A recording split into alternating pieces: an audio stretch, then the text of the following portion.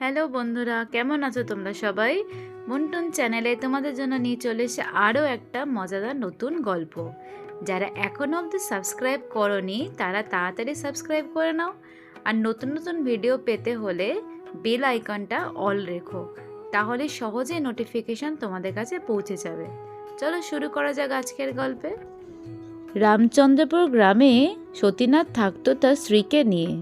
সে পেশায় একজন জেলে। সে যেমনই সৎ আর তেমনই সাদাসিধে ছিল। তারা খুবই গরিব, অভাব যেন পিছুই ছাড়তে চাইতো না। একদিন গিন্নি, ভাবছি একবার মদন খুড়োর কাছ থেকে কিছু টাকা ধার নিয়ে আসি।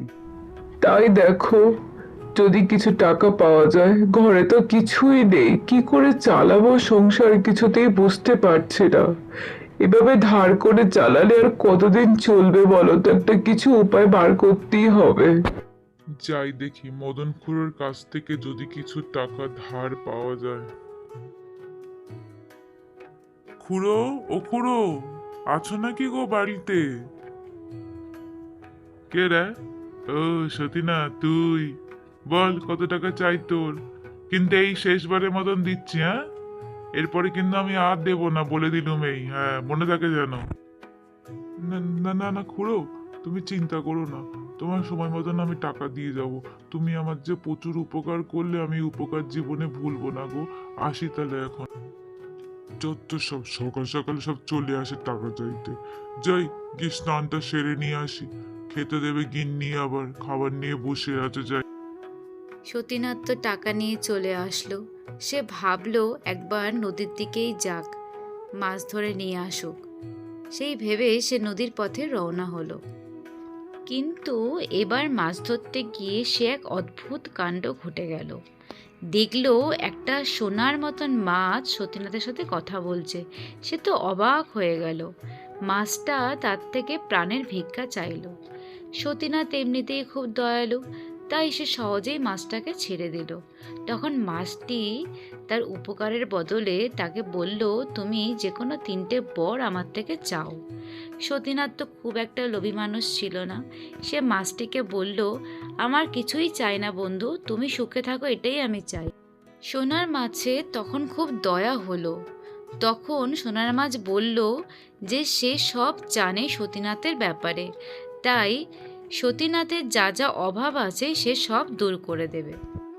এই বলে মাছটা যেন কোথায় হারিয়ে গেল। সতীনাথ সেদিনকার মতন আর কোনো মাছ ধরল না। তার মন একটু খুশি হলো বটেই, কিন্তু সে খালি হাতেই বাড়ির দিকে রওনা হলো। যাই, গিন্নিকে গিয়ে সব কথাগুলোই বলি, আর যা যা ঘটলো সবটাই গিন্নিকে গিয়ে আজকে বলতে হবে। ও গিন্নি, শুনছো শুনছো? তোমাকে আজকে একটা যা ঘটনা বলবো না, তুমি শুনলে পুরো অবাক হয়ে যাবে। কেন গো, কি হলো? কি এমন ঘটনা যে শুনলে আমি অবাক হয়ে যাব? আরে আজকে আমার জালে একটা সোনার জাদুর মাছ ধরা পড়েছিল।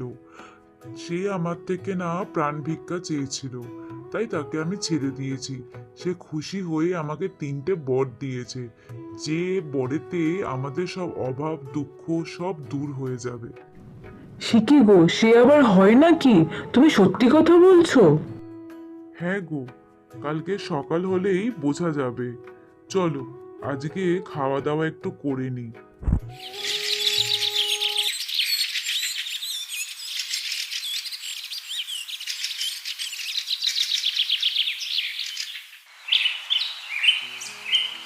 সকাল তো হয়ে গেল।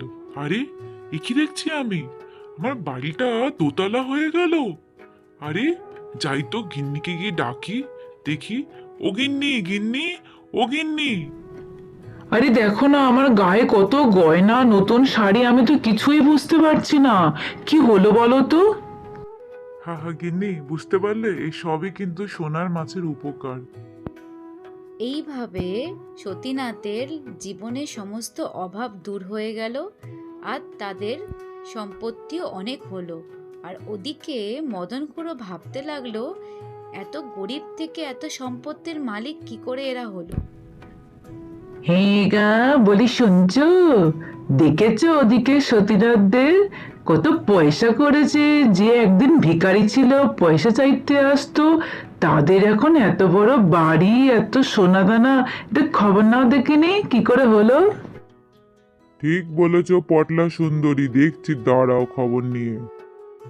জানো গিন্নি, অনেকদিন হয়ে গেল, ভাবছি সোনা মাছের সাথে দেখা করে একবার তাকে ধন্যবাদটা জানিয়ে আসি। বলো সোনা মাছ, ও সোনা মাছ, তুমি কোথায়? তোমাকে আমি অনেক ধন্যবাদ জানাতে এসেছি। তুমি আমার যে উপকার করলে আমি কোনোদিন ভুলবো না বন্ধু।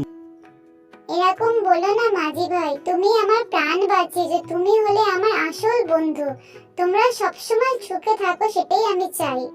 সোনা মাছের সাথে দেখা করে সতীনাথ বাড়ির পথে রওনা হয়। আর ঠিক সময় মদন খুড়ো তাকে দেখতে পায়।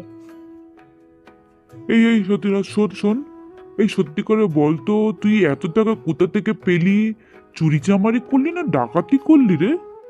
আরে না গো খুড়ো, কি যে বলো, এটা আমার বন্ধু সোনার মাছের জাদু। এই বলে সতীনাথ চলে যায়। এদিকে খুড়ো যা শুনলুম, মনে তো হচ্ছে সোনার মাছটার মধ্যেই কিছু একটা রহস্য লুকিয়ে আছে। যাও দেখি তাড়াতাড়ি এই মাছটাকে ধরে নিয়ে আসো।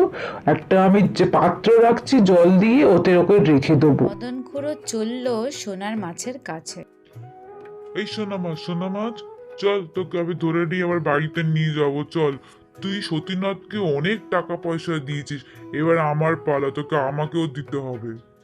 এই বলে মদন খুড়ো মাছটাকে নিয়ে তার বাড়িতে চলে আসে আর সোনা মাছকে একটি পাত্রে বন্দি করে রাখে। এই যে মজ বাবাজি, শুনছো?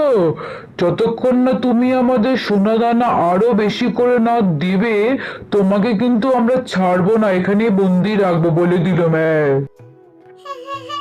তোমরা যতই দুজনে যুক্তি করো, কাল সকাল হলেই তোমরা টেরটা পাবে। তোমরা আমাকে কিছুতেই বন্দি রাখতে পারবে না। পরের দিন সকাল হতে না হতেই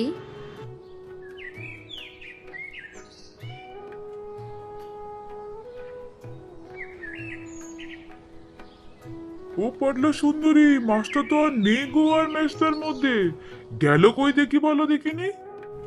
হায় রে হায়, পোড়া কপাল! শুধু মাছ নয় গো, তার সাথে আমাদের বাড়িটাও গেল, আমার গয়নাগাটি সব গেল। কি হবে গো এখন? হায় রে হায়! বলেছিলুম পটলা সুন্দরী তোকে বেশি লোভ করিস না, বেশি লোভ করিস না, তোর জন্য আমার সব গেল। আমি কি একা করেছিলাম? তুমি করনি? তুমিও তো করেছিলে। তুমি তুমি যদি না বলতে আমি কি জানতাম এখন কি হবে বলো দেখিনি? সব গেল আমাদের, হায় রে হায়, সব গেল। দেখলে বন্ধুরা, অতিরিক্ত লোভ আর হিংসার ফলে খুড়োর কি অবস্থা হলো। চলো আজকের মতন এখানেই, দেখা হবে নেক্সট ভিডিওতে। টাটা।